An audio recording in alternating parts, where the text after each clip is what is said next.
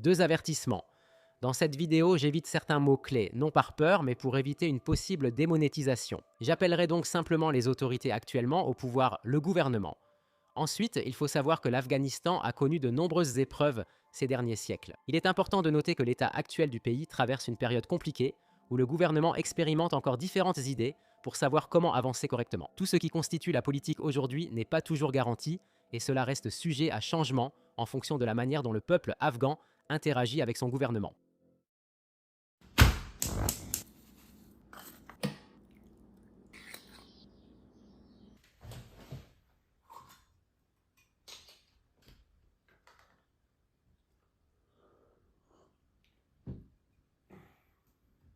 Cher Afghanistan, je vais visiter ton pays et je suis américain.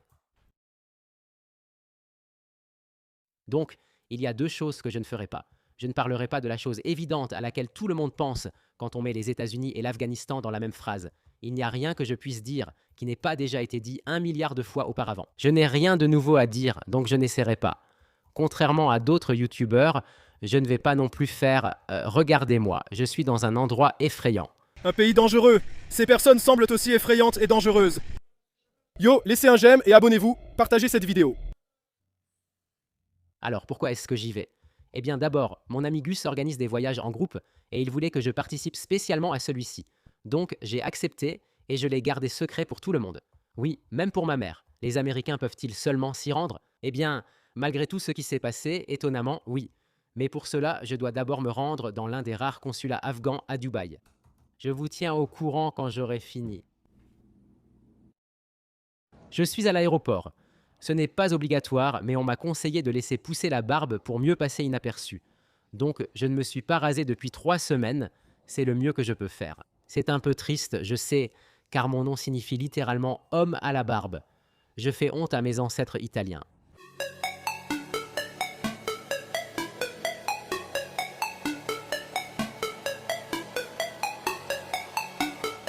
Donc, c'est la 3e fois que je viens à Dubaï. Je ne suis pas vraiment ici pour m'amuser, je suis juste là pour obtenir le visa au consulat afghan. C'est à peu près tout. Qu'est-ce qui se passe? Cher Afghanistan, je suis arrivé. Le consulat est facile à trouver. La file d'attente est longue, j'ai donc anticipé. La procédure est simple. Je dois juste donner mes documents pour le visa touristique et payer le visa. Pas de questions ni d'entretien, juste payer et partir. Donc, c'est tout, j'y vais. Waouh. Très bien, c'est parti. Afghanistan. Manifestation, et nous avons besoin de votre...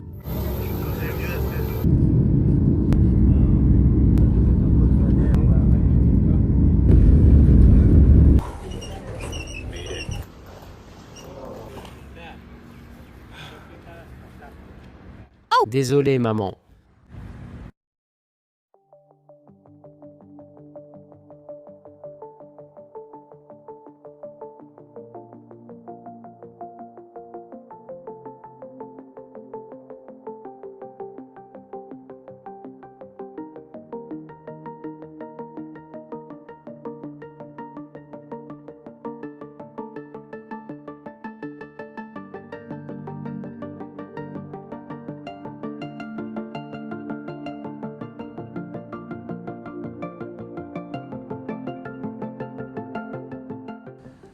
Alors, c'est ici qu'on va loger.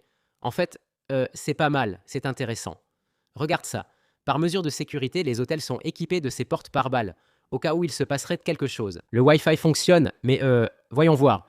Je vérifie la vitesse d'Internet. 16 kilooctets par seconde, 24, ok, ça monte un peu. D'accord, mais c'est toujours en kilooctets. Genre, mince. Hey! Maman, je suis avec Gus, tu te souviens de lui? Bonjour. De Pays-Bas, Danemark, c'est pareil, c'est pareil. Ouais, donc maman. Je suis désolé, j'ai oublié de te dire, je suis allé en Afghanistan. Quoi? Donc je suis en Afghanistan en ce moment avec Gus. Elle dit, tu es fou? Oui, c'est notre guide touristique, il nous aide. Allô? Oui, c'est moi, c'est notre chien. Oui, c'est ma mère, oui. Elle demande si tout le monde va bien. Ne t'inquiète pas, tout va bien. Je peux essayer? Tu n'as pas le choix. Tu dois l'être. Il est déjà avec moi. Je n'ai pas le choix. C'est à peu près tout. Bon, maintenant maman est au courant. D'accord, je me sens mieux. Tu n'as pas le choix. Oh mon Dieu, t'es sournoise. Cher Afghanistan, il y a près de 10 ans, tu as été le premier pays présenté sur ma chaîne. Ma connaissance de cet endroit reposait sur les quelques faits triviaux que je pouvais retenir de mon épisode bricolé de 6 minutes 42. Pour les prochains jours, je veux simplement voir par moi-même et me faire ma propre opinion. J'apprends beaucoup de choses subtiles qui influencent le caractère de l'Afghanistan. Les oiseaux sont l'animal de compagnie préféré et on trouve des marchés aux oiseaux partout dans le pays. Partout sur les bords de route, vous verrez des namwai sayar ou boulangeries mobiles, ces petites cabanes vitrées qui vendent du pain dans la rue. Tous les taxis, selon la loi, doivent être d'une teinte bleu clair et les tarifs sont vraiment bon marché. De nombreuses voitures étant importées illégalement, on voit des plaques d'immatriculation du monde entier, certainement pas afghanes. Tous les fruits, légumes et la nourriture de rue sont emballés dans des journaux coréens. J'ai appris qu'un accord avec la Corée du Sud leur permet d'acheter ces journaux moins chers que les emballages classiques. J'aime remarquer ces petits détails, souvent considérés comme anodins mais essentiels ici. C'est ce trésor que je cherche à comprendre. Peu importe ce qu'on m'a dit, je suis là. Alors, l'Afghanistan, qu'est-ce que c'est vraiment? On écoute de la musique en voiture, c'est agréable. Donc, pour l'instant, en Afghanistan, il est permis d'écouter de la musique dans sa voiture ou chez soi. Mais pour le moment, la musique est interdite en public. Si tu marches dans la rue, tu n'entendras sans doute pas beaucoup de musique, sauf peut-être lors de fêtes, dans des salles de mariage ou de sport. Mais à part ça, en te promenant dans la plupart des rues ou en public, il est très rare d'entendre de la musique. C'est simplement comme ça que les choses sont maintenant. Qui sait? Mais voilà. Une chose que j'ai remarqué, c'est que le niveau de maîtrise de l'anglais ici est en fait assez élevé. Je ne sais pas si c'est propre à Kaboul ou juste aux grandes villes, mais même les enfants parlent assez bien anglais. Et beaucoup d'entre eux regardent YouTube. Ils disent qu'ils apprennent simplement en regardant YouTube encore et encore. Alors, ce garçon, comment tu t'appelles? Yahir, tu as vécu aux États-Unis? Oui? Où ça? Où ça? Turlock, Californie. Je viens aussi de Los Angeles, c'est cool. Comment as-tu appris l'anglais? Tu as juste vécu là-bas et c'est comme ça que tu l'as appris. Alors, quand es-tu retourné en Afghanistan? Il y a 8-9 mois. Oui, ta famille est afghane, je suppose. Qu'as-tu dit? Tu penses que je suis afghan. J'ai l'air afghan. Merci, merci. Donc, je n'avais pas réalisé que j'avais un petit avantage en venant ici. Ces personnes me ressemblent. Dans la rue, les gens me parlaient en dari, pensant que j'étais afghan. Je trouve ça cool, je me fonds facilement dans la masse. Bien sûr, je ne peux pas leur répondre quand ils me parlent en dari, mais bon, je prends ça comme un compliment. Je veux dire, ces gens ont vraiment de beaux cheveux, et ils sont plutôt beaux, donc j'imagine que c'est flatteur. Non, mais sérieusement, les hommes afghans ont vraiment les plus beaux cheveux que j'ai jamais vus chez des hommes, tous pays confondus. Il leur est même conseillé de laisser pousser cheveux et barbe, suivant l'exemple du prophète Mohammed.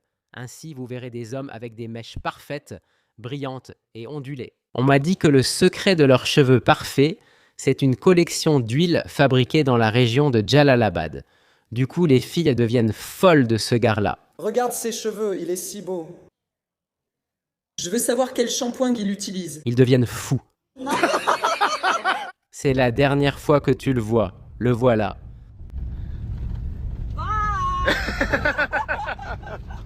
Ah oui, j'ai oublié de préciser que notre groupe comptait 8 personnes. Wassim, Matcha, Gus, Sam, Pri, Vassilis, moi et Pierre. Et bien sûr, il ne faut pas oublier notre contact local et le meilleur guide de tous les temps, Sardar. Ce gars-là était clairement le MVP et a tout géré de façon incroyable. Oui, notre groupe comptait 2 femmes, ce qui signifiait qu'il y avait certains protocoles auxquels elles devaient se conformer. Je suis dans le van avec les dames aujourd'hui, et je me dis, oh là là mesdames, quel est le protocole? Que fait-on? Que doit-on faire pour ça? Tout va bien maintenant. Maintenant c'est bon. Mais si quelqu'un dit point de contrôle... On dit point de contrôle, point de contrôle, point de contrôle. Vous devez juste... Toutes les femmes doivent se couvrir les cheveux, c'est ainsi. Je voudrais aussi évoquer les idées fausses que j'avais et qui ont été dissipées. En Occident, on affirme que les femmes afghanes n'ont aucun accès à l'école ou au travail. Ce n'est pas exact, la réalité est plus complexe. Les filles sont autorisées à aller à l'école jusqu'à l'âge de 12 ans, et à partir de là, si la fille souhaite poursuivre ses études, cela doit se faire soit à la maison, soit par des cours en ligne. Elles peuvent accéder à quelques domaines universitaires, surtout l'éducation ou la médecine, car la demande de femmes médecins est forte. Les médecins hommes ne peuvent réaliser certaines procédures sur les femmes, comme un accouchement, sauf s'ils sont de proches parentes. Les femmes sont également autorisées à travailler dans certains domaines. La plupart concernent des services destinés aux femmes, comme les agentes de sécurité, les enseignantes pour les enfants et les filles, les couturières pour vêtements féminins, et ainsi de suite. On en trouve parfois dans un bureau ou à un guichet. Le gouvernement sait qu'empêcher la moitié de la population de travailler ne serait pas idéal. Non, les femmes n'ont pas toujours besoin d'un accompagnateur masculin. Mais pour voyager à plus de 45 km de leur ville, elles doivent être accompagnées d'un parent masculin. Ceci concerne seulement les locaux, pas les touristes. Selon la région, les femmes ne sont pas tenues de porter un tchadri couvrant tout le corps avec un grillage pour voir. Vous avez sûrement déjà vu des photos. Elles doivent toutes couvrir leurs cheveux et suivre les lois sur la tenue modeste. On en parle peu, mais les Afghans ont une culture de flirt subtile. Les hommes affichent des cheveux et barbes soignés, tandis que les femmes non mariées peuvent dévoiler davantage leur visage et porter une ceinture légère sur leur abaya pour valoriser leur silhouette. C'est discret et secret, mais tout le monde le fait et le sait. Les hommes doivent aussi respecter les lois sur la modestie, ce qui signifie qu'ils ne doivent pas montrer de parties du corps, comme les genoux ou les épaules, donc pas de shorts ni de débardeurs. D'où le peram tamban ou jama que la majorité des hommes portent en public. Et bien sûr, il faut bien qu'on s'en procure. J'hésite entre ces deux-là, je ne sais pas lequel choisir. Bleu sarcelle ou vert chasseur? Vert chasseur. Vert chasseur, d'accord, je prends vert chasseur. En tant qu'Afghane, moi aussi, je recommande celui-là. En tant que Scandinave, moi aussi. Il est scandinave à 11%. J'ai fait le test ADN. Ma tête ne passera pas là-dedans. Oh mon Dieu. Alors, tu peux nous différencier? Je ne pense pas. Non, je ne pense pas que l'un de nous puisse le faire. On se ressemble. On se ressemble.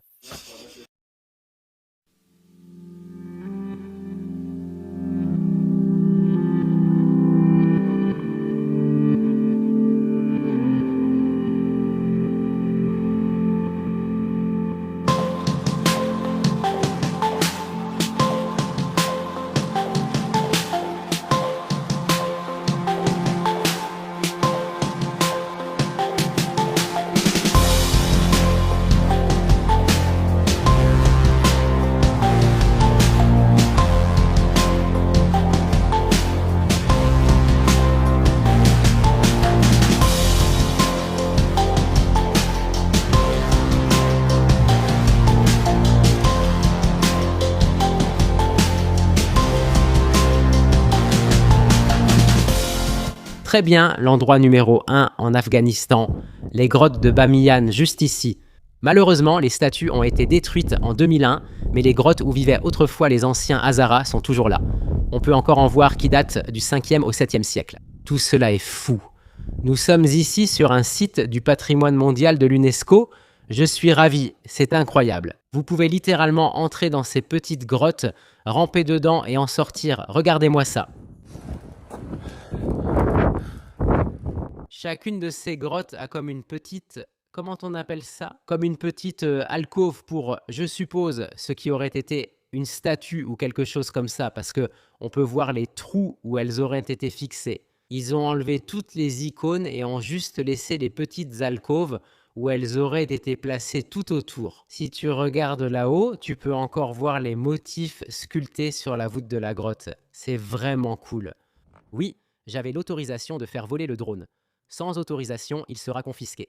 Cher Afghanistan, je suis allé à Bamiyan. Je comprends pourquoi on nomme ce lieu la lumière éclatante et la vallée des dieux. C'est l'un des plus beaux endroits que j'ai jamais vus. Le trajet en voiture était déjà un spectacle, traversant les montagnes enneigées de l'Hindu Kush. Nous sommes arrivés dans la zone enneigée. Nous sommes aussi hauts dans les montagnes. Et tout au fond là-bas se trouve la montagne Baba, la plus haute. Pas le Noko, mais la neige. La zone enneigée. Quelque chose comme ça. Je ne plaisante même pas. Regarde ça. Tu peux voir la neige. Nous sommes dans la zone enneigée de l'Afghanistan.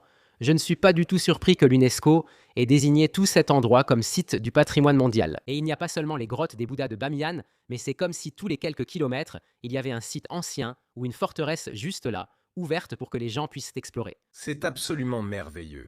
Toute la région de Bamiyan est classée au patrimoine mondial de l'UNESCO, mais aujourd'hui nous irons à la ville rouge, ou ville de Sohak, une grande citadelle au sommet d'une falaise rouge.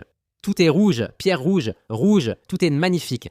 Elle a été détruite par les Mongols. Allez savoir pourquoi, tout ici a été détruit par les Mongols.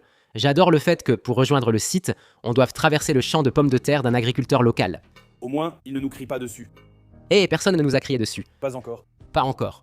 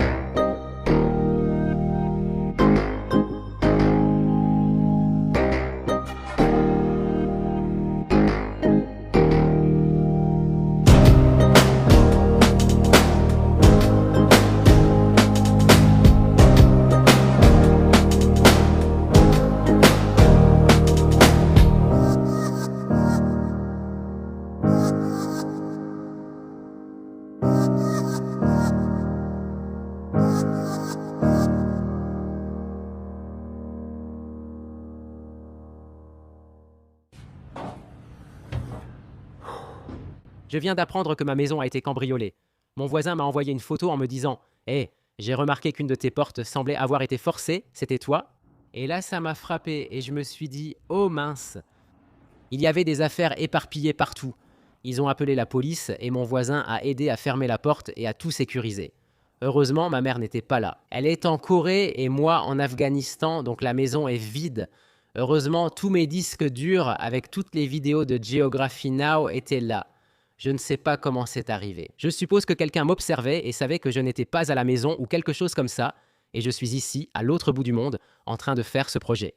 Et je ne me rendrai même pas compte de toute la gravité de la situation avant de rentrer chez moi. Je vais faire de mon mieux pour continuer ce voyage, mais ça va beaucoup me préoccuper.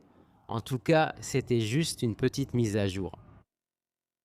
Cher Afghanistan, comme beaucoup d'Américains, je surmonte les expériences traumatisantes en mangeant pour oublier, et je dois dire que ta nourriture est excellente. Oui, je remarque des thèmes d'Asie centrale, avec des plats comme le palo, diverses brochettes shashlik et des raviolis à la viande à la crème. J'ai été surpris d'apprendre que l'un de mes plats préférés pouvait être considéré comme afghan. J'ai toujours affirmé que le palak paneer était mon plat indien préféré, mais il pourrait aussi être considéré comme afghan, car la région afghane faisait partie de l'Empire moghol. Et si vous allez dans des restaurants afghans, ils auront une section qui s'appelle cuisine moghole. Et en dessous, il y a mon plat préféré d'Inde et de la région afghane, le palak paneer. Un délicieux curry d'épinards avec des petits morceaux de fromage dedans. Je l'adore vraiment. Et techniquement, c'est afghan. Donc, on prend le petit déjeuner ici. Et je n'ai jamais vu ça. Confiture de carottes. Confiture de carottes? Je vais essayer. Alors, Matcha, dis-nous, comment c'est? Goûte. C'est comment? Dis-nous. C'est comme des carottes avec du sucre. Tu es tellement pressé. D'accord, très bien. C'est comme une carotte à la confiture. Avec du sucre, je te l'ai dit. C'est vraiment comme eau. Tu as vraiment un accent russe. Après cette pause gourmande, nous partions vers l'un des plus beaux endroits que j'ai vus. Ça promettait d'être génial.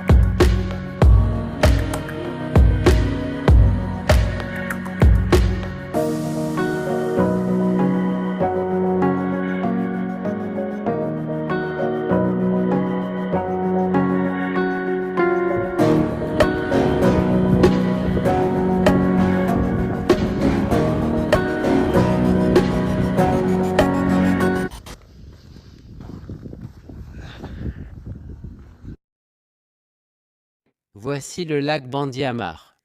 C'est le lac le plus bleu que j'ai jamais vu de ma vie. Il y a environ 6 de ces petits lacs. Ils se rejoignent tous, formation naturelle, mais il y a une légende derrière tout ça. Ali, qui est un parent du prophète Mohammed, a utilisé une épée pour créer ce lac. C'est une légende. Si tu regardes là-bas, il y a des petites barques. tu peux aller sur le lac. C'est une station balnéaire aquatique cachée au cœur des montagnes. L'accès est difficile, mais venir ici est un vrai privilège. C'est magnifique, j'ai du mal à croire que j'y suis. Oui. Nous aidons. Je ne sais pas. D'accord, donc pour avoir un bateau, un petit pédalo en forme de canard coûte 200 Afghani par personne. Monsieur Gus sera mon second. Alors, ça te va? Salut. Et je vais faire voler mon drone pendant que je suis dans le bateau canard. Ah, rien de tel qu'un bon vieux pédalo en forme de canard ou de cygne. Oui, avec un de tes meilleurs amis en Afghanistan. Lando, voyons si on peut aller sur la terre ferme. Tu peux le toucher? Tu peux le toucher? Ah, tu l'as eu, tu l'as eu. Ouais, on a touché la terre, on a accompli notre objectif inutile. On devrait repartir. Très bien, je vais faire voler mon drone au-dessus d'un lac en Afghanistan, et c'est magnifique. Allons-y. Oh. C'est parti.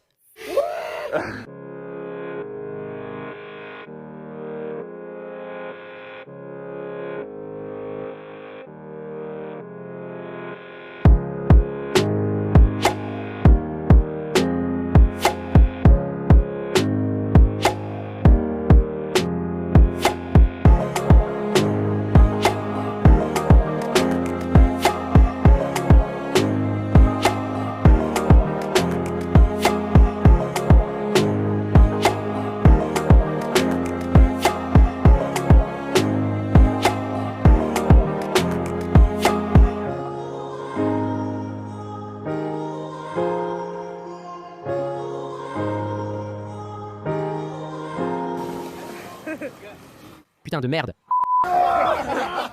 Eh bien, il fait froid. Comment je sors d'ici? Comment je sors d'ici? Cher Afghanistan, on a fait bien plus.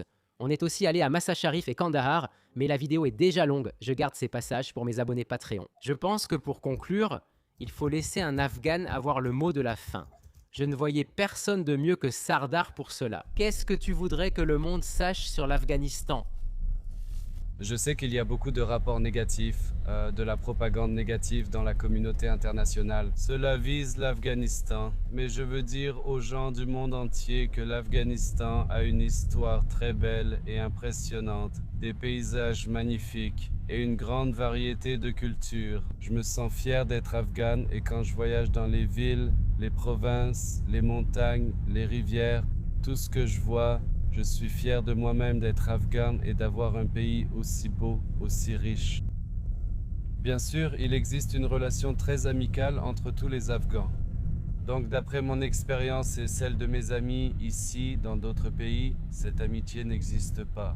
Peu importe le groupe, Hazara, Ouzbek, peu importe. Ça n'a pas d'importance. Tout le monde est simplement afghan. Tout le monde est simplement afghan. L'Afghanistan est comme une mère pour nous. L'Afghanistan n'est rien sans le peuple afghan. Sans le peuple afghan. Et l'Afghanistan ne sera pas beau sans cette diversité ethnique et la richesse de notre culture. Il a besoin de cette diversité. Il en a besoin. Cool, j'aime ça, merci, merci. Merci pour votre temps, Afghanistan. J'espère qu'on se reverra. Le corridor du Wahan m'intéresse beaucoup et j'ai hâte de voir ton avenir. Sincèrement, Barbs.